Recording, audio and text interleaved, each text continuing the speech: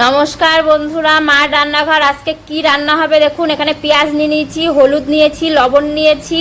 এটা আছে মটরের ডাল। আজকে মটরের ডালের পকোড়া হবে পেঁয়াজ দিয়ে। এবার ডাল বাটাটা ভালো করে মাখিয়ে নিতে হবে।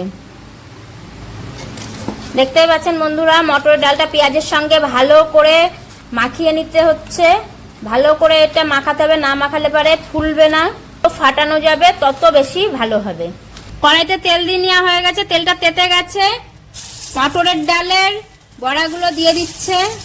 খেতে চাইলে অবশ্যই চলে আসো, অবশ্যই কমেন্ট বক্সে জানাবে কে কে খেতে চাও। মটরের ডালের পকোড়াটা রেডি হয়ে গেছে, আমি তুলে নেব। দেখতেই পাচ্ছ বন্ধুরা, খুব সুন্দর ফুলেও গেছে আর দেখতেও সুন্দর হয়েছে, মচমচু হয়েছে। কে কে খেতে চাও পকোড়া অবশ্যই কমেন্ট বক্সে জানাবে। আর চলে আসো সবাই মিলে পকোড়া বসে যাই খেতে।